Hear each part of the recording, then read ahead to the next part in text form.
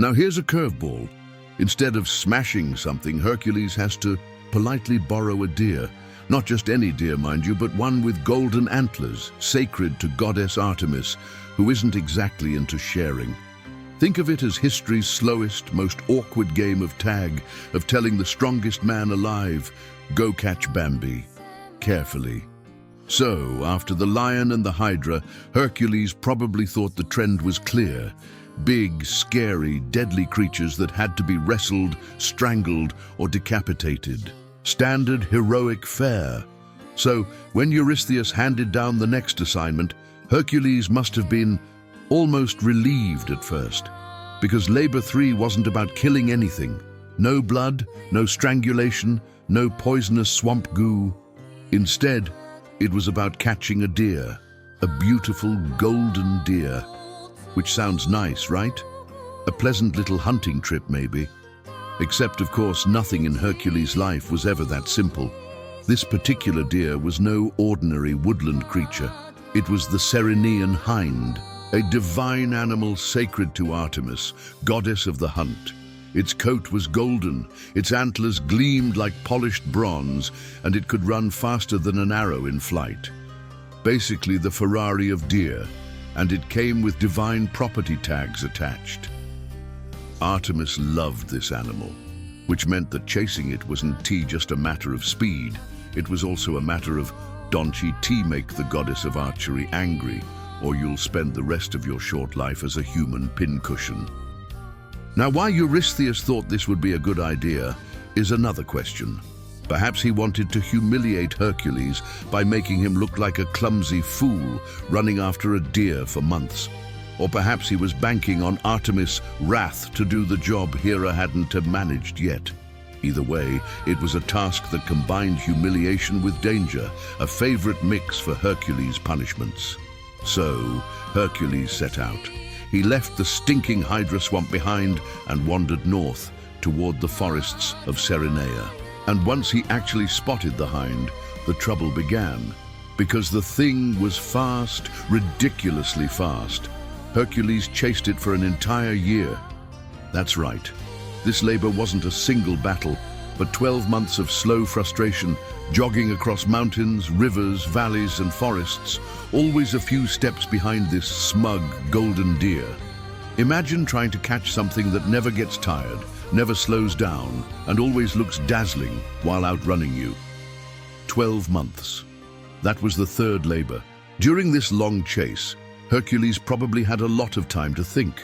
Maybe he reflected on his past labors, maybe he muttered angrily at Eurystheus under his breath, or maybe he just zoned out and stared at the deer's shimmering backside vanishing over yet another hill. Either way, he didn't give up.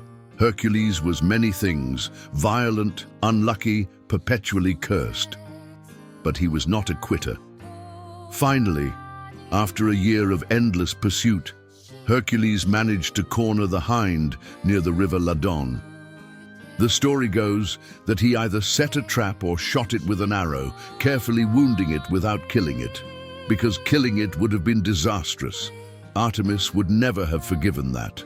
So Hercules captured it alive, bound it gently, and prepared to carry it back to Eurystheus as proof of his success. But of course, nothing is ever easy. Right at that moment, Artemis herself appeared, which, honestly, is the mythological equivalent of being caught red-handed by the deer's actual owner. And she was not happy. She demanded to know why Hercules had dared touch her sacred animal, and here Hercules had to think fast, which wasn't usually his strong suit. He explained that it wasn't his idea. He was under orders from Eurystheus, serving his punishment, and if she was upset, she should probably take it up with the king. Artemis, perhaps surprisingly, let him go. Some say she forgave him because she saw he had taken care not to harm the hind. Others suggest she was persuaded by Athena, who often played Hercules' divine lawyer when Hera made life too difficult. Either way, Hercules was allowed to keep the animal, but only on the condition that once Eurystheus saw it, the hind would be released again, free to return to its forest. which Hercules gladly agreed to, because the last thing he needed was Artemis on his bad side. So back he went, carrying the deer over his shoulders, probably muttering about how absurd his life had become.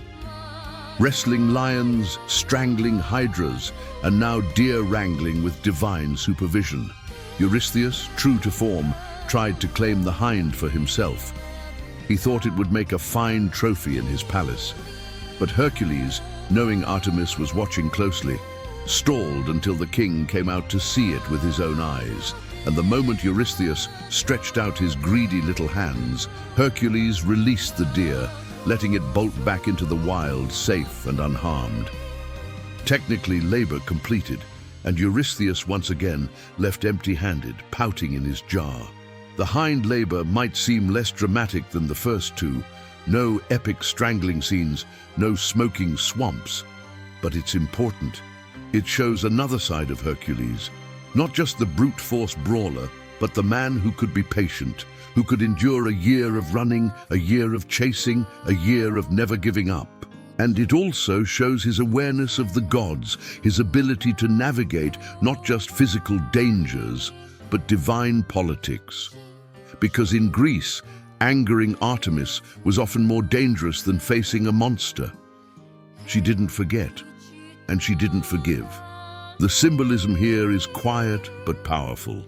The hind represented something untouchable, something sacred, and Hercules had to prove that he could take it without destroying it. In a way, it was a test of restraint.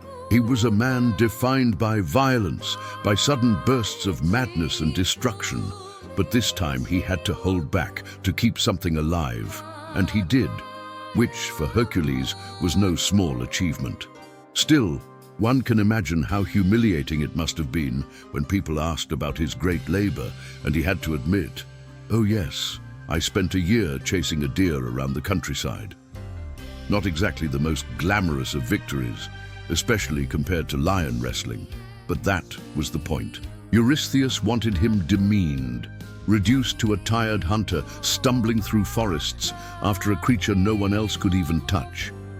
And yet, as always, Hercules turned even that into a kind of triumph.